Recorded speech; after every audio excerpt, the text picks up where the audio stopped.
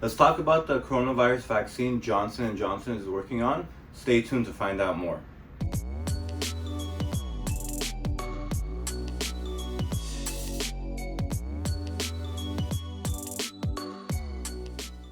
What's up, guys? Hope everyone is doing well.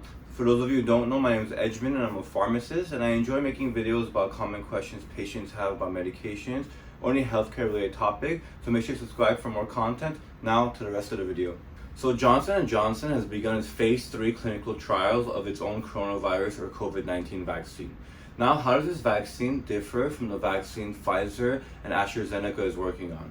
The two key differences between the Johnson & Johnson vaccine compared to the Pfizer and AstraZeneca vaccine is that the Johnson & Johnson vaccine does not need to be stored in such a low temperature compared to the other vaccines. And two, it's only a 1 dose vaccination compared to a 2 dose for Pfizer and AstraZeneca.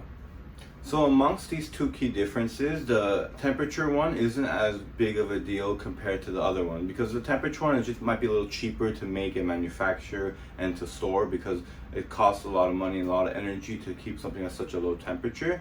But the most significant clinical and practical difference is that the Johnson & Johnson vaccine is only 1 dose. Now, why do I say this? Because in my previous video, I talked about the difficulty of inoculating or vaccinating so many people in such a short amount of time. With the Pfizer and AstraZeneca vaccine, when it's 2 doses, that means inoculate everyone twice, which doubles the entire workload.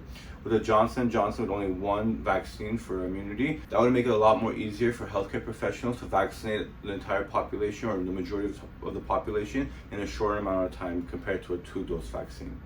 The results aren't out yet for the clinical trial, nor is it out yet for the Pfizer's clinical trial. However, I am rooting for Johnson & Johnson's vaccine to be effective. I'm actually rooting for all the vaccines to be effective just so we get a vaccine on the market. But if I had to choose, I'd rather have the Johnson & Johnson one, just for the fact that it's a one-time dose, because there are vaccines that are 2 doses, for example, Shingrix or the shingle shot.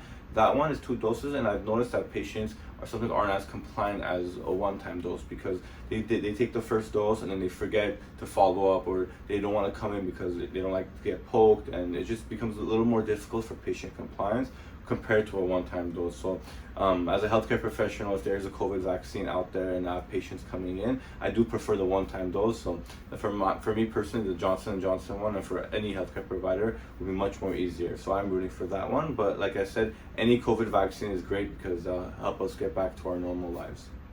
I hope you guys enjoyed watching this video and learned something new. If you guys did, please give me a big thumbs up. Make sure to comment any questions or feedback you guys have for me. Until then, I'll see you guys next time.